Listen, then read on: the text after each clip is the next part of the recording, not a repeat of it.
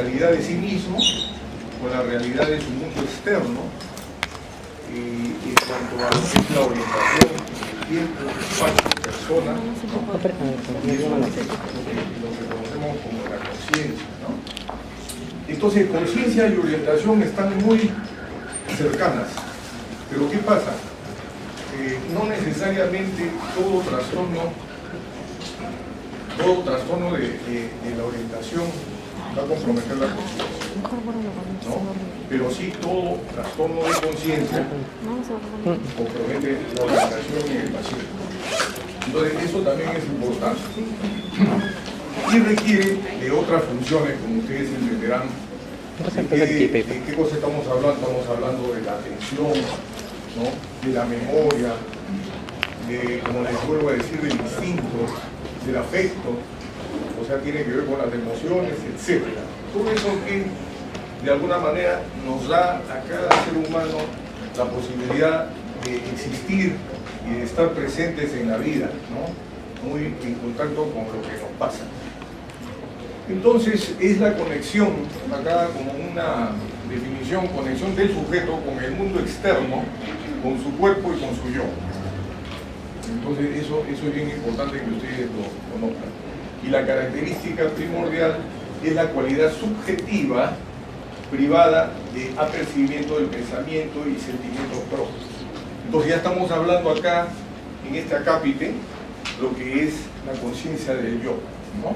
De que es algo propio, de que es algo que, digamos, no cambia a través del tiempo, somos los mismos, el concepto de mismidad en la persona, y todo lo que pertenece a la persona como propia, y no como pacientes con problemas esquizofrénicos que piensan que de alguna manera hay algo que les controla su mente, ¿no? Entonces ahí ya varía un poco el tema de lo natural y de lo que es lo normal, lo normativo, ¿no? En cuanto a conciencia en generalidades, esto quiero que también ustedes lo comprendan. Fuera de los estados patológicos que ustedes vamos a revisar ahora, hay estados alterados de conciencia. Y los estados alterados de conciencia ustedes entenderán como estudiantes de medicina que muchas veces se trastocan cuando estamos cansados, no hemos dormido, o estamos de repente en una ingesta alimentaria no muy apropiada,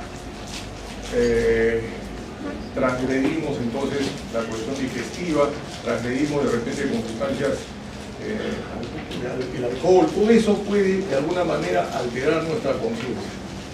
Entonces así menciono el cansancio, la transición de la vigilia al sueño, el ensueño y el retardo del despertar, ¿no? Entonces todos esos momentos en que uno puede estar no tan lúcido como que podríamos expresar de repente una guardia, ¿no? Estamos ya finalizando la guardia de las 4 de la mañana, estamos medio cansados, ¿no? Entonces se nos llega una paciente y tenemos que estar alerta, ¿no? Y despertar. Entonces, por eso les digo que la conciencia varía, ¿no? Y ahora vamos a ver la patología, justamente para que ustedes conozcan cómo se altera el problema de la conciencia, ¿no? Pero para que ustedes tengan un conocimiento, la conciencia se explica justamente por la neurofisiología, ¿no? Entonces, todos sabemos que si tenemos conciencia, estamos, pues, primordialmente nos basamos en un campo, digamos, en la corteza. Sin embargo, ustedes saben que hay conexión con el tronco cerebral. Y en el tronco cerebral existe el sistema reticular ascendente, ustedes conocen, que de alguna manera ayuda también a activarnos, ¿no? en ese binomio de sueño-vigilia que justamente está en ese momento, ¿no? A ese nivel. Sin embargo, cuando asciende ya a niveles superiores va a entrar en el tálamo, y el tálamo hace conexiones con toda la parte del neocórtex, ¿no? Entonces tenemos esa capacidad de integrar, elaborar, procesar información que incluye nuestros pensamientos, recuerdos y lo imaginado en razón a los estímulos. Entonces es realmente privilegiado, pues, el ser humano, ¿no? Porque, como les digo, tenemos ya a través de la evolución, ¿no? Cómo es que nuestro neocórtex es el que ha dominado ya prácticamente y es el que controla nuestras conductas, nuestros sentimientos, emociones y todo lo que podemos considerarlo como procesos superiores psicológicos.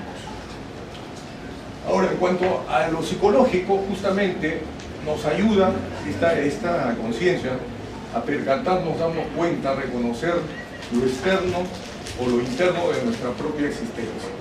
Entonces ahí nosotros consideramos lo que es la conciencia basal y la conciencia del yo que les estoy nuevamente remarcando, ¿no? Para que ustedes tengan muy claro esto de la conciencia del yo.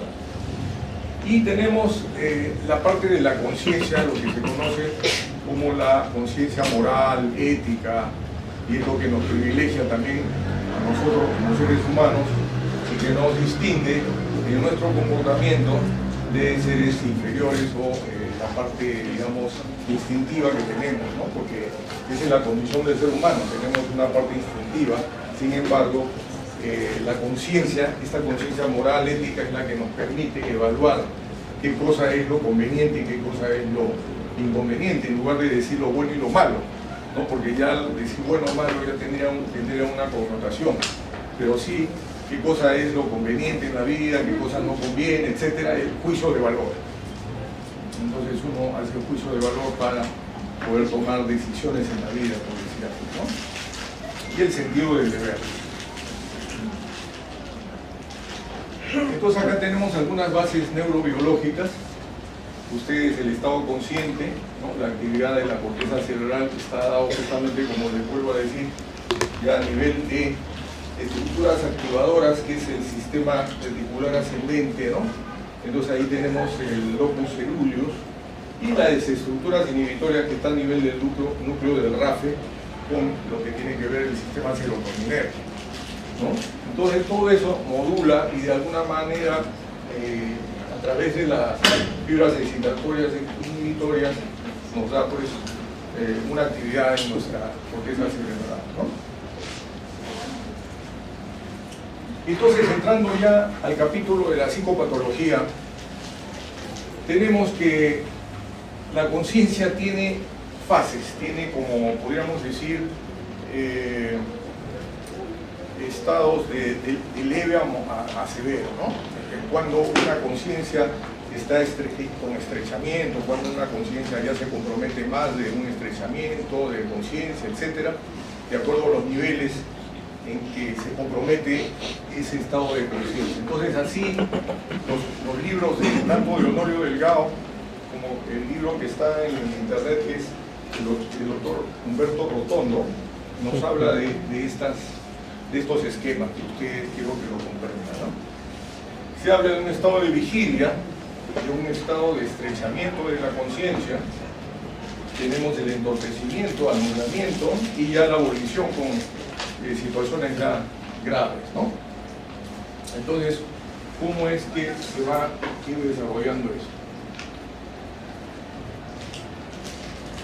Este es el procesamiento de la información, más que todo para que ustedes conozcan que lo complejo que es el tema en el ser humano, ¿no? Tiene que ver con estados emocionales, la información. Algunos seres humanos son más auditivos, otros son más visuales, otros son más sensomotores, ¿no? Entonces, ¿cómo vamos procesando información y cómo vamos tomando conciencia en base a nuestros recuerdos, en base a nuestros estados afectivos, ¿no? Entonces, eso nos da una idea cómo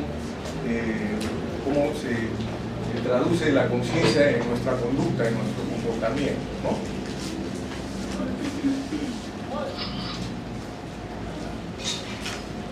Bueno, entonces pasamos de una vez a lo que es la psicopatología. El estrechamiento anormal. Acá tienen ustedes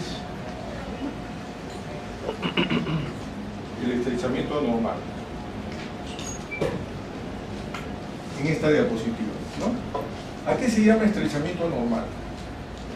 Es, como se dice, una reducción leve del campo de la conciencia, ¿no? El sujeto no está del todo lúcido, tiene sus sensorios, sus sentidos bien, están todos en perfecto estado, ¿no? Lo interesante es que a veces esos sentidos se trastocan. ¿Por qué? Les voy a explicar. Por ejemplo, un cuadro de histeria. La histeria tiene dos componentes, ¿no? Dos componentes. Un componente disociativo o síndrome disociativo y otro síndrome conversivo. Entonces, estos dos grandes síndromes, ustedes es importante que los conozcan porque cada uno de ustedes cuando vayan lejos de la capital, en algún momento de repente están trabajando, entonces van a tener la oportunidad de ver casos de conversivos, casos de personas que hacen cuadros disociativos. Entonces, ¿en qué se diferencia? Desde luego que es una unidad, porque la histeria es una unidad, tampoco podemos dividirlo. Muchas veces hay conversivos y disociativos al mismo tiempo. Pero acá lo que estamos es revisando justamente la parte de la conciencia. Entonces, en el síndrome disociativo va a haber un momento en que la persona, por un estado emocional alterado, por un estresor, llámese, se enteró en ese momento la persona de un problema de pareja, por ejemplo, clásico, ¿no? Una situación podríamos decir, discutió con su pareja, ¿no? Se sintió muy confiada porque él había dicho cosas que no le correspondían, etc. Entonces, la dama en ese momento, ¿no?, comienza a afectarse tanto que comienza a disociar su conciencia, ¿no? Y no solamente es la conciencia de la que se compromete, sino también puede comprometerse la memoria, se compromete a veces la identidad, porque pueden cambiar de identidad, pueden de pronto convertirse en personalidades dobles o múltiples. Después también se puede alterar la percepción, ¿no? No tanto auditiva, sino visual. Entonces, una persona que hace un cuadro de histeria disociativa puede generar fenómenos alucinatorios también, pero no como en la esquizofrenia, que son fenómenos alucinatorios auditivos, sino visuales. Comienza a ver seres liliputienses, ¿no? O comienza a ver personajes así muy estrambóticos que ella lo narra, ¿no?, en ese momento. Entonces es interesante cómo se va imbricando una serie de procesos parciales en este cuadro clínico. Como les digo, nada está alejado, todo está imbricado, ¿ya? Entonces, esa reducción del campo de conciencia es lo que vemos muchas veces en los casos de histeria disociativa, ¿ya? Para que ustedes lo comprendan bien. Sin embargo, tenemos casos de estados hipnóticos, ¿no? La hipnosis es un proceso por el que un ser humano puede generar un estado digamos, de trance, ¿no? De trance en el que también está en un estado como de conciencia también con estrechamiento. Cuando hay esos estados, está, como les digo, todos sus sentidos pueden estar normales, no puede comprometerse necesariamente los sentidos. Pero también en esos estados hipnóticos puede haber ese estrechamiento de la conciencia. No sé si ustedes habrán escuchado de algunos casos de hipnosis que han hecho, pero inclusive algunos ya en la cinematografía o cuadros ya muy sugestivos, ¿no? No necesariamente. El trance hipnótico existe en cada uno de nosotros. Nosotros cada uno podríamos hasta provocar, ¿no?, la hipnosis en cada uno de nosotros. Entonces, eso es innato de cada uno. La conciencia se estrecha mediante algunos, digamos, sugestiones que hace el que facilita esto, y puede darse, pues, esos estados de hipnosis, ¿no? Entonces, estos estados hipnóticos también pueden estar relacionados con estrechamiento. Personalidades múltiples. Ustedes habrán escuchado muchas veces en la cinematografía también casos de personas que han cambiado de personalidad de la noche o de la mañana a la noche, de pronto se han convertido en otras personas, ¿no? Inclusive con diferente identidad. Sin embargo, ellos se acuerdan de eso, ¿no? Otras veces ha habido casos en que no se han acordado. Entonces ahí ya se ha comprometido la memoria. Como les digo, en los estados disociativos también puede comprometerse la memoria y es lo que se llama las amnesias psicógenas, ¿no? Esas son las amnesias psicógenas. Entonces, todos estos cuadros, como les estoy mencionando, pueden dar este tipo de problemas a nivel de la conciencia, ¿no? Después las conmociones afectivas como el terror. Una persona que está en un cuadro de terror por una sensación de amenaza, ¿no? Póngase en un cuadro, en un estado de terrorismo o algo así, puede estar en un estado de estrechamiento de la conciencia. Entonces es importante tener en cuenta también esto.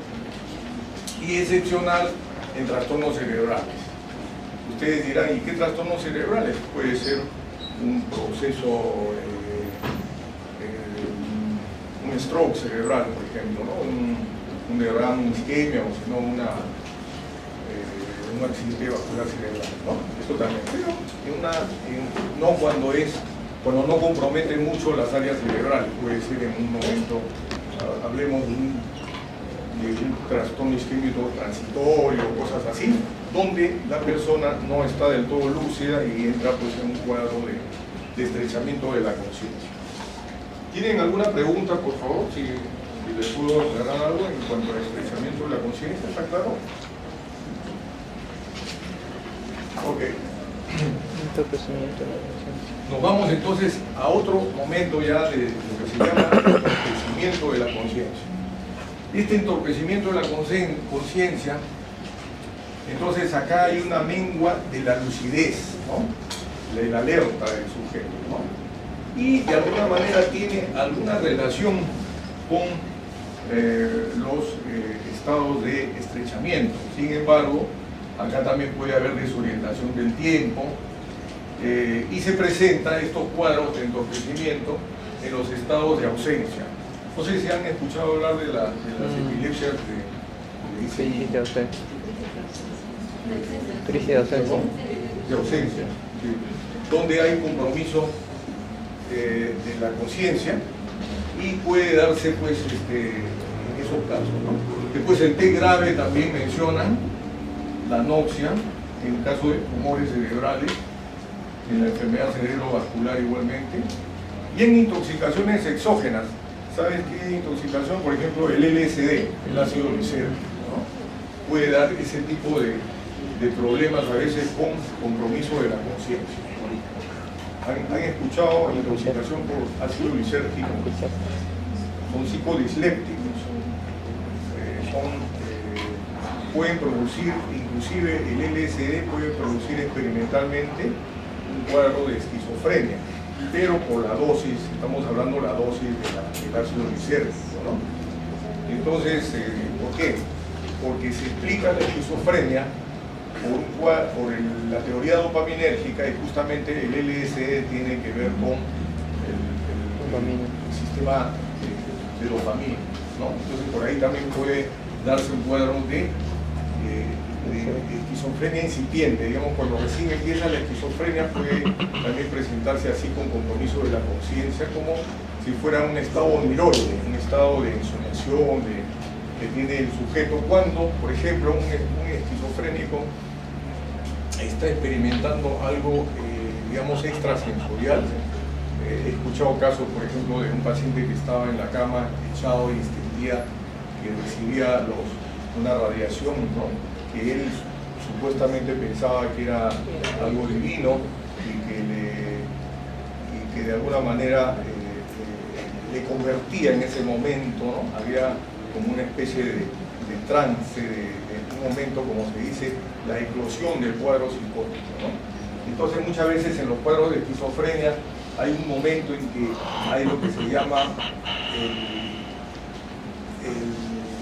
digamos el brote de la esquizofrenia, donde el paciente ha experimentado cuadros así de conciencia alterada, ya que las vamos a ir revisando. Entonces puede darse también con intoxicaciones exógenas, ¿no?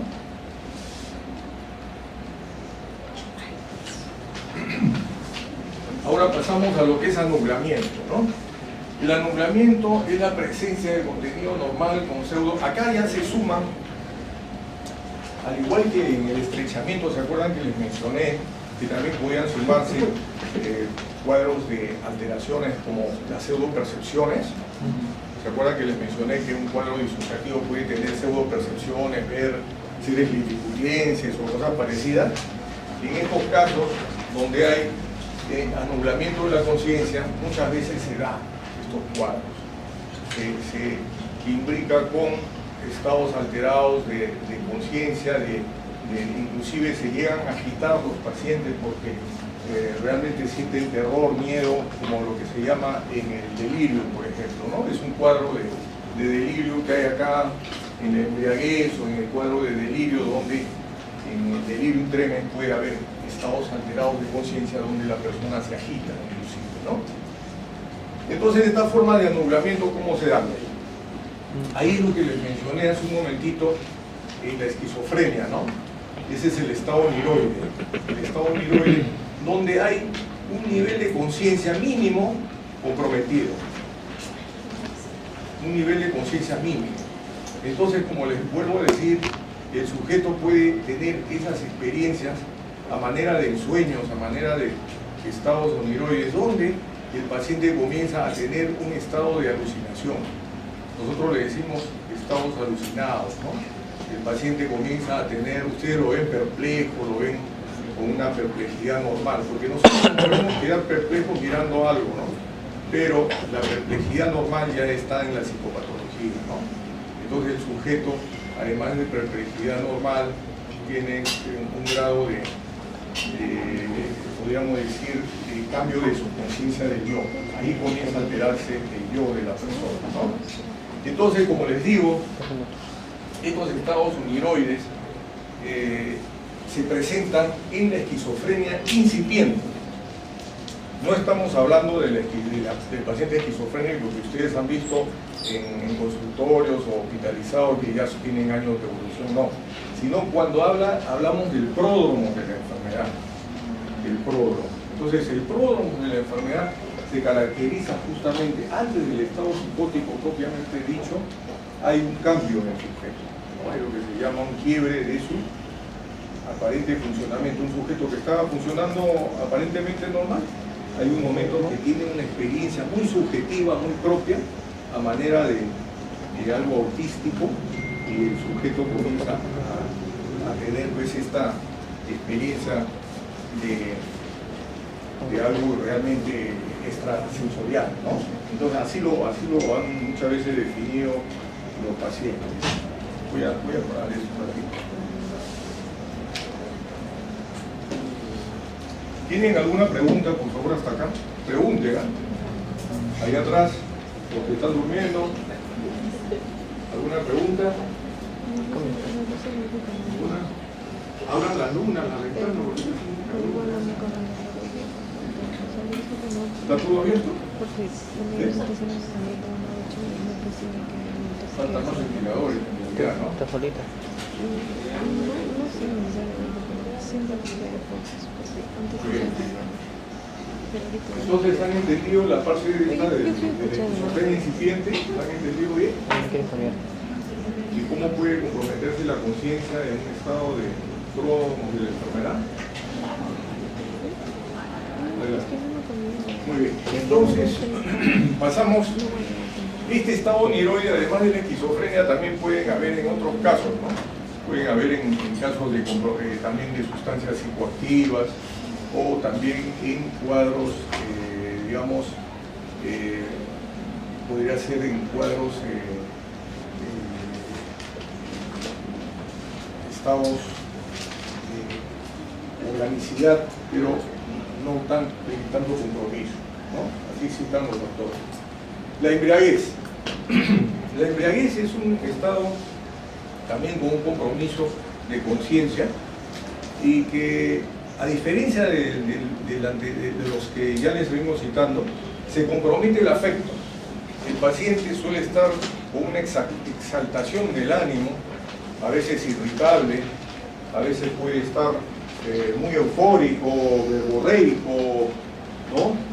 Y estos estados de embriaguez, como ustedes ya están imaginándose, puede darse en cuadros donde el sujeto está bajo un estímulo de sustancias psicoactivas, ¿no? Uno de ellos es el alcohol. Entonces, el alcohol puede alterar a un sujeto y puede producir elevación del ánimo, puede estar en un estado hipomaníaco, ¿no? Desinhibido, totalmente desinhibido, y puede provocar pues, estos cuadros de control, ¿no? Entonces, como les digo, nada se explica solo. En la psicopatología, como les digo, puede estar alterado su conciencia, también puede estar alterado el afecto, el instinto muy violento, inclusive se tornan a veces muy violentos los pacientes. El siguiente estado, además del alcohol, hay otras sustancias como la cocaína, como la marihuana, algunas otras sustancias, el mismo LSD, que también puede producir estos cuadros de embriaguez. Entonces no es propio del alcohol, sino que también pueden haber otras sustancias psicoactivas que pueden ayudar a que el sujeto pues, o puedan trastocar su funcionamiento normal. El estado crepuscular. El estado crepuscular es un momento súbito de cambio de la conciencia, ¿no? Es un momento donde surge el estado de alterado de la conciencia y que va a comprometer su conciencia, pero de manera súbita, ¿no? Entonces, estos cuadros son importantes porque ustedes cuando pasen por medicina legal van a saber de que muchos casos de estos cuadros de epilepsia van a tener una connotación legal, porque muchos de las personas que han estado en este estado de crepuscular pueden cometer algún delito, y eso se tiene que evaluar desde el punto de vista de la medicina forense para evaluar si realmente un perito psiquiátrico tendría que ser para evaluar si realmente esta persona ha tenido un ilícito, ¿no? O algo, una transgresión ponte que haya en esos momentos golpeado a alguien y le haya causado la muerte. Entonces eso hay que definirlo muy bien. Sin embargo, la psicopatología tiene que hacer una disquisición con el estado de, además de la epilepsia, puede haber, mencionan los autores, un estado también de histeria. Entonces hay que definir muy bien eso, ¿no? Puede darse un cuadro de histeria, ¿no? Donde el paciente entra en un cuadro de compromiso de la conciencia, pero si es algo orgánico, ya nosotros lo definimos como tal. Entonces ahí hay que ser claros para hacer esa disquisición diagnóstica. O puede ser un estado de personalidad alterada, ¿no? Puede ser una persona muy violenta, de esas personas que se le dice borderline, donde son impulsivas, no miden las consecuencias de sus actos y cometen a veces situaciones que después lamentan, ¿no? Entonces estos estados crepusculares son muy interesantes para definir. Después tenemos el delirio. El delirio va a ser un caso que ustedes cuando hagan su internado muchas veces los van a llamar, ¿no? Por ejemplo, un caso de una señora que les llaman por teléfono, ¿no? Y ustedes dicen, pero esa señora nunca ha tenido un cuadro psiquiátrico, ¿cómo es que de pronto hace un cuadro psiquiátrico? Bueno, la cosa es que esta señora comenzó a desorientarse, ¿no? Esta señora comienza a tener una inquietud, ¿no? La señora comienza a tener fenómenos alucinatorios. Pero lo interesante es que en la mañana, cuando ustedes le pasaron la visita, estaba tranquila. Ya en la tarde, cuando comienza a oscurecer, la persona se altera y comienza a tener percepciones alteradas.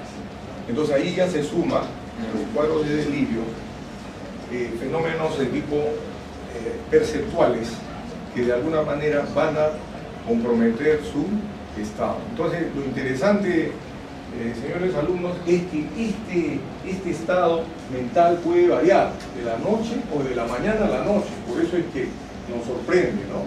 Uno dice, pero ¿qué pasó? ¿Y qué ha pasado en ese caso?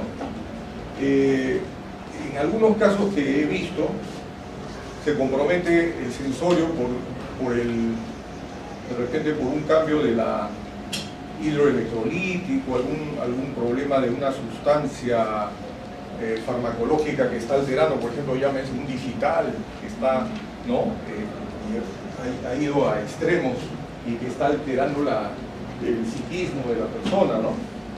Entonces hay factores que podemos nosotros revertirlos, a eso me refiero, son cuadros de delirio que nosotros podemos controlarlos si es que nos percatamos qué cosa es lo que está pasando en ese momento. Entonces, para esto no hay antecedentes psiquiátricos en la señora. Nunca ustedes la conocieron que había hecho un cuadro de esquizofrenia o delirios, mejor dicho, de trastorno de ideas delirantes persistentes o algo parecido, ¿no? Entonces, eso se debe justamente al cuadro de delirio, lo que nosotros llamamos también delirio orgánico, que es el F06.2 por el CIE-10, ¿no? Trastorno delirante orgánico. Entonces, eso es importante que ustedes conozcan. De ahí pasamos a lo que es la alucinosis aguda. La alucinosis aguda se caracteriza, como dice su nombre, por cuadros alucinatorios. Pero acá, en este caso, los cuadros alucinatorios son más de percepciones auditivas. Entonces, el paciente comienza a tener percepciones de voces peyorativas, voces que le insultan, ¿no? Entonces el sujeto se altera. Por lo general se ve en casos de pacientes con alcoholismo crónico o personas que hayan consumido barbitúricos. Bueno, ahora no se ven mucho los barbitúricos, pero antes se utilizaban mucho los barbitúricos, ¿no? Después tenemos el caso de la confusión mental. Este caso de confusión mental, para que ustedes lo pesquen rápido, puede darse tanto en el delirio como en la alucinosis aguda, en ambos. El sujeto, el paciente, de pronto tiene alteración del juicio de la realidad. Tiene lo que se llama ese estado de alteración del juicio de la realidad, comienza a tener delirios, o sea, pensamientos confusos, y comienza a tener un estado de desorientación. Entonces, estos estados de confusión mental vamos a ver mucho en cuadros de delirio orgánico y en alucinosis aguda. Entonces, se implica ahí y es bien interesante estos cuadros, ¿no? ¿Tienen alguna pregunta? ¿Hay alguna pregunta? ¿Ahí?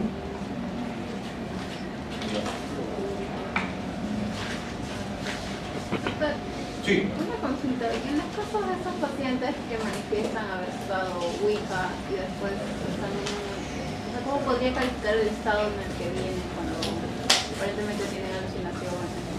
Porque también hay pérdida de conocimiento. Ya. Bueno, ahí tiene que haber una personalidad premórbida.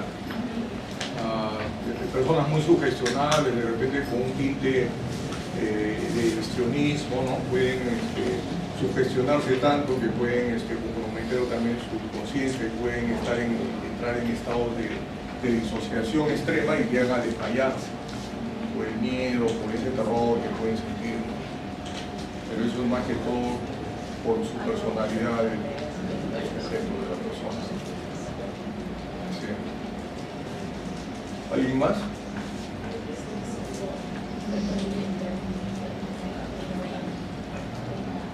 ¿Alguna pregunta, verdad? No. Ok, avanzamos. Muy bien. Entonces, en el trastorno deficitario de la conciencia, acá hablamos de alteraciones cuantitativas de la conciencia por incapacidad del sujeto a responder a la estimulación sensorial. Acá ustedes muy bien conocen y ustedes están más próximos porque están, digamos, en un momento activo que evalúan a sus pacientes cuando los llevan a emergencias, ¿no? Ya han hecho neurología, ¿no? Todavía. Ya. Entonces ahí les han enseñado la escala de Glauco, cómo nosotros evaluamos a un paciente que está con el sensor comprometido. Entonces, esto traduce el estado, el nivel de conciencia que nosotros podemos medir en nuestro paciente en el momento que lo estamos evaluando, ¿no? Entonces, lo que vamos a ver es una dificultad para orientarse apropiadamente en tiempo y espacio, y esto es característico de cuadros cerebrales.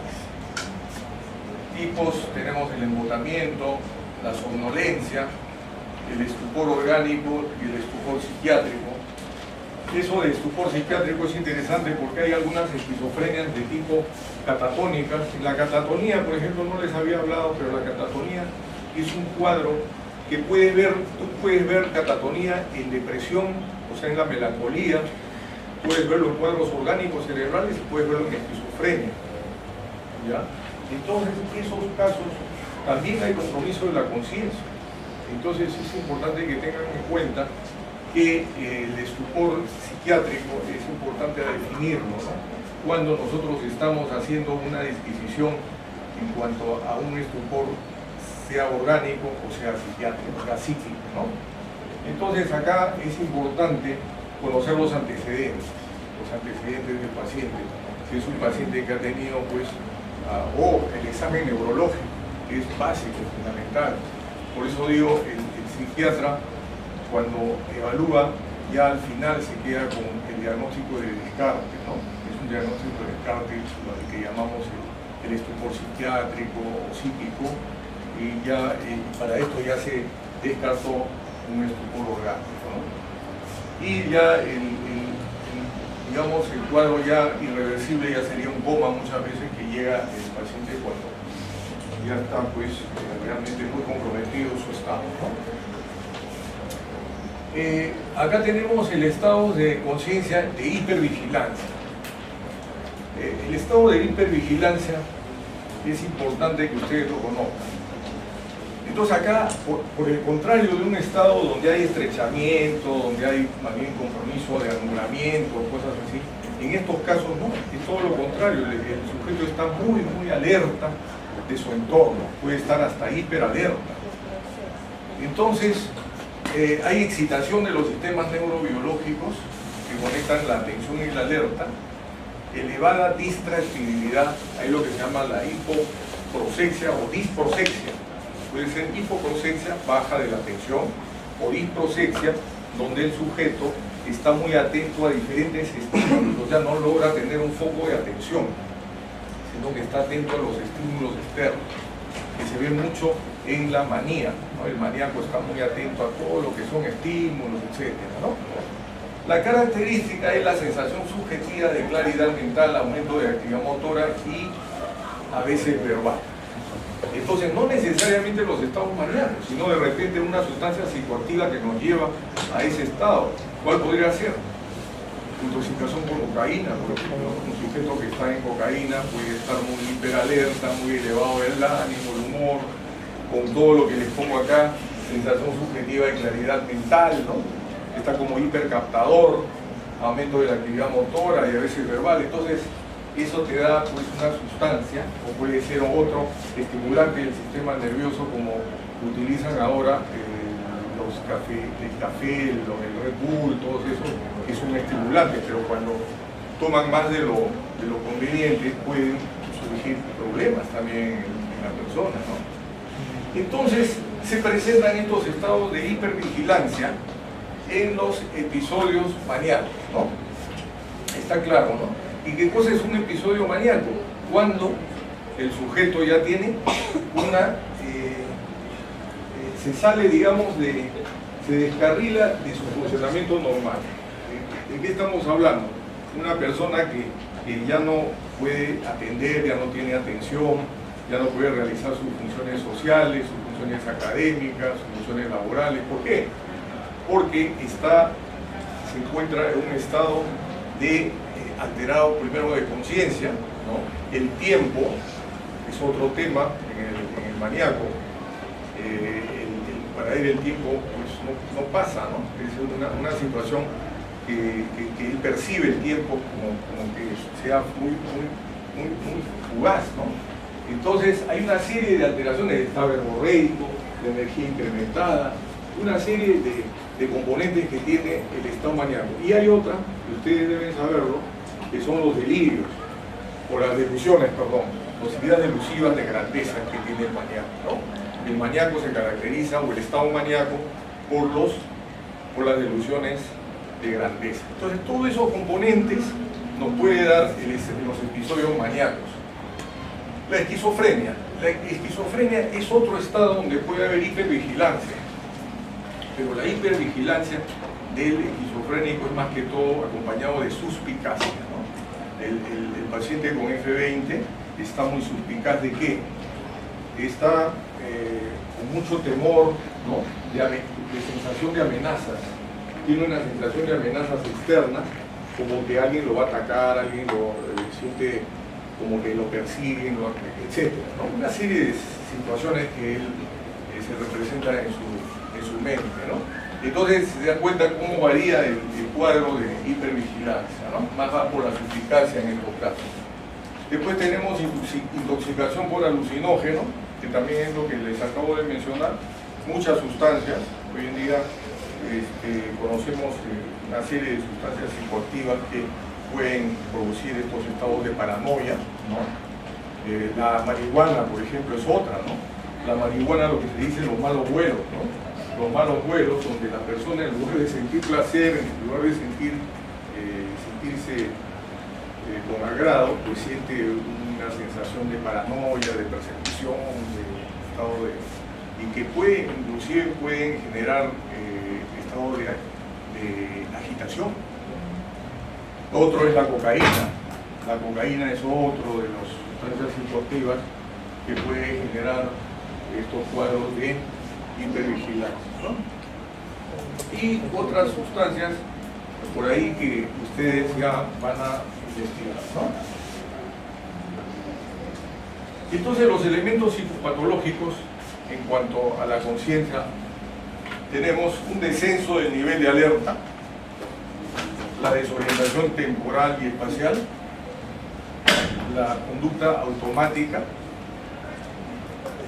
A veces hay conducta automática porque el sujeto, como no está consciente del todo, puede tener una acción sin haber evaluado bien en el momento dado, ¿no? Como son los que ya les mencioné, esos estados de epilepsias motoras, ¿no? Entonces psicomotoras donde el paciente puede tener un improntus y lo que se llama un cortocircuito y hacer un acto, ¿no?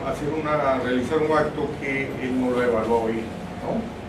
Después tenemos la amnesia postcrítica en las epilepsias, el delirio, que se los he explicado, que muchas veces implica con alteraciones perceptuales, después alteraciones de agitación también, ¿no? El movimiento y todo eso que tiene el delirio. Después tenemos la reactividad sensorial parcialmente conservada. Eso es lo importante que ustedes sepan. Por ejemplo, cuando les hablé de hipnosis, en la hipnosis está conservado todos los sentidos, no se alteran los sentidos para nada. Y eso sin embargo, en algunos otros casos se altera la percepción. Entonces, eso es de acuerdo al caso de señores alumnos. Hay casos donde se altera la percepción, hay otros casos que no. Por ejemplo, yo he visto muchas veces disociaciones de damas donde alteran la percepción visual, pero no necesariamente en todas va a alterar la percepción visual, en algunas no. En algunas la identidad, en otras la amnesia psicógena, ¿no? Entonces son de acuerdo a las características propias de la persona, ¿no? Entonces ahí se da implicado con su personalidad también, el eje 2. Disociación, que es también otro caso de estrechamiento de la conciencia o de mayor, también cuando ya hay un poquito más de compromiso de la conciencia, pueden haber estos estados alterados de conciencia en los síndromes disociativos histéricos. Y también la despersonalización, es lo que llamamos cuando el sujeto de pronto, la persona, se encuentra se siente extraña a sí mismo, como que no se reconoce como él, como ella. Entonces nota algo extraño en sí, no se reconoce como tal. Eso es los fenómenos de despersonalización que se ven muchas veces en fenómenos de tipo neurótico. Sin embargo, en algunos otros casos de psicosis también hemos visto estados de despersonalización, pero en un momento inicial, del cuadro. Ya después ya se hace ya psicosis como tal, ¿no? Pero la despersonalización muchas veces vemos en cuadros, puede ser en extrema ansiedad, en cuadros disociativos, histéricos, después tenemos en estados alterados también donde puede haber alguna sustancia psicoactiva que puede comprometer el estado propio de la persona, el darse cuenta que es la persona que no hay ningún cambio en ella, que nada puede influenciar, pero hay otros casos que sí, que la persona puede pensar que hay una influencia externa y que ya se imbrica con cuadros psicóticos, ¿no?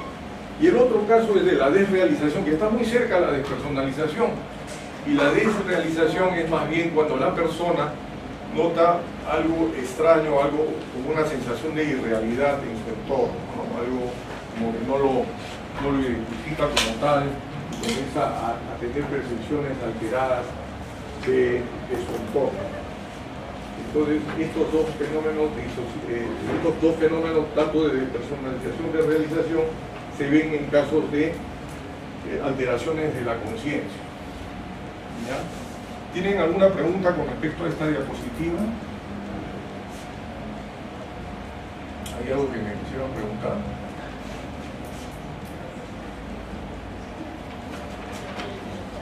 ¿Sí?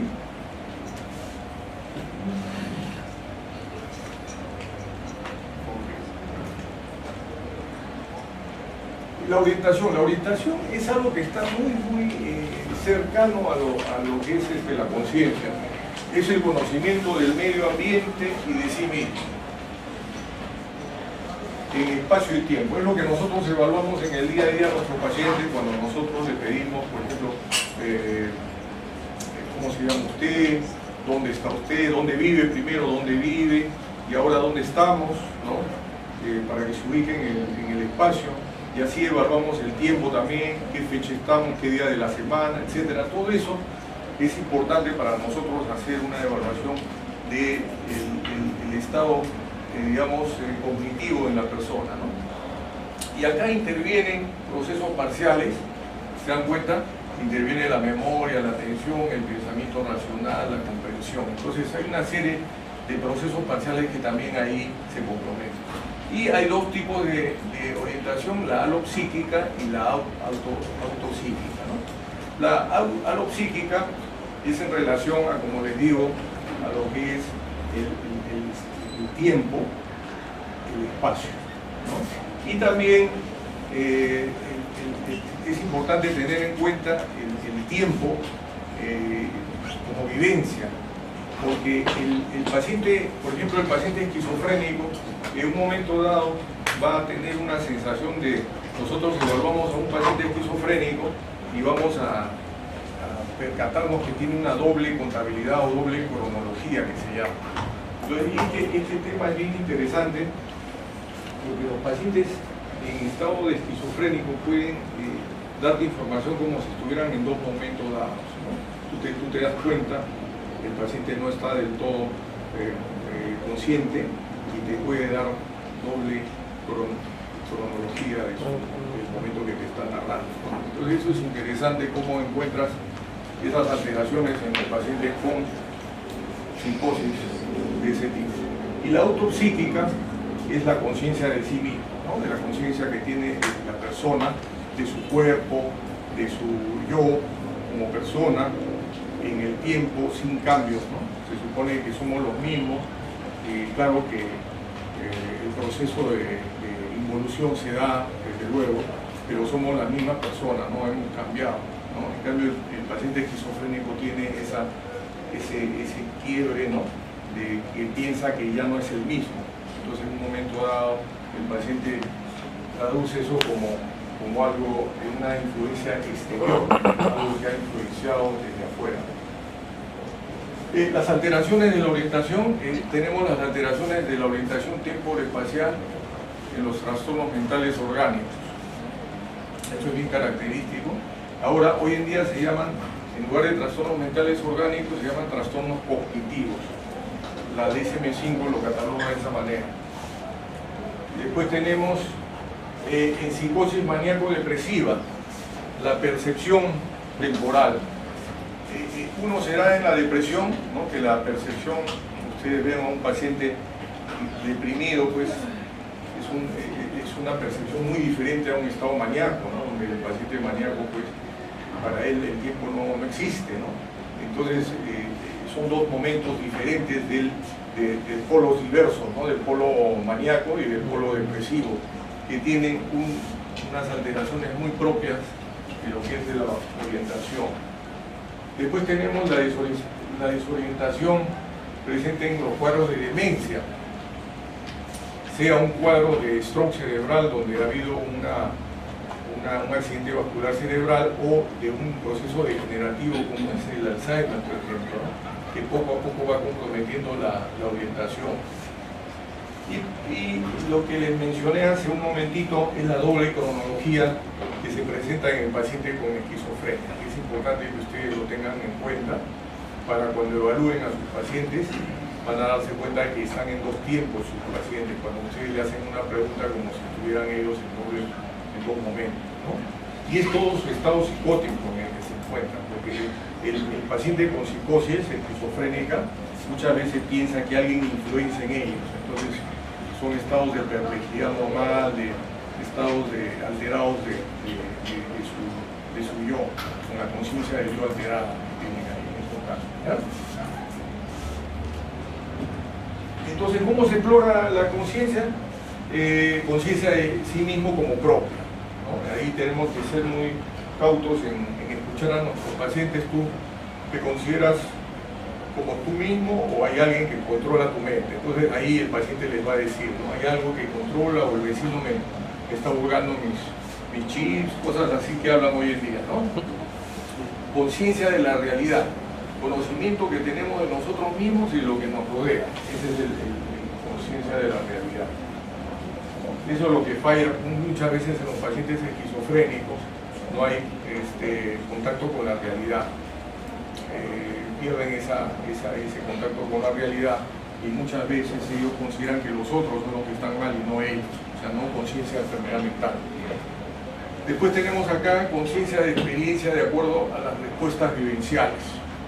Entonces ahí, lógicamente, todo está, pues, de alguna manera acompañado de un estado afectivo en la persona, ¿no? Llámese un estado de ansiedad, llámese un estado depresivo o de mucha alegría en los estados de hipomanía o de manía. Entonces la exploración, ¿cómo hacemos? En base a la observación y escucha durante las entrevistas, examen de orientación en tiempo, espacio, persona y situación, y la investigación de cada trastorno minucioso, ¿no? Entonces ahí nosotros comenzamos, ustedes ya conocen las preguntas clásicas, ¿no? Orientación respecto a sí mismo, ¿no? Cómo se llama, qué edad tiene, etcétera, etcétera. Y ustedes ya comienzan a tener se van percatando si el paciente está orientado, ¿no? Tanto con respecto a sí mismo, ya del tiempo, qué fecha estamos, en qué mes, el año, etcétera. Con respecto al espacio también, y con respecto a la situación también, porque le decimos, ¿para qué está usted acá? ¿Qué es lo que ha pasado? ¿Cómo me podría explicar usted su presencia? ¿A qué se debe? Etcétera, etcétera. Entonces ellos van narrando su situación personal, ¿no? Y inclusive la persona que está a su costado, que la trae, también muchas veces se le pregunta quién es esa persona que la acompaña, cómo se llama, etcétera, etcétera, para que nos diga en sí cuál es el problema que está presentando en ese momento. Sin embargo, puede estar cargado emocionalmente la persona, entonces ustedes también se percatan que está ansioso o que está irritable, ¿no? O puede estar también con contenido con cólera contenida, ¿no? Muchas veces vemos pacientes que ustedes le preguntan y le contestan de mala gana o con palabras un poquito subidas de tono, etcétera, ¿no? Entonces más o menos te da una idea con cuál es la esfera cognitiva, dónde está comprometida, ¿ya? Muy bien. Entonces hasta ahí hemos evaluado lo que es conciencia, ¿ya? Ahora vamos a ver un poco de lo que es el lenguaje. El lenguaje es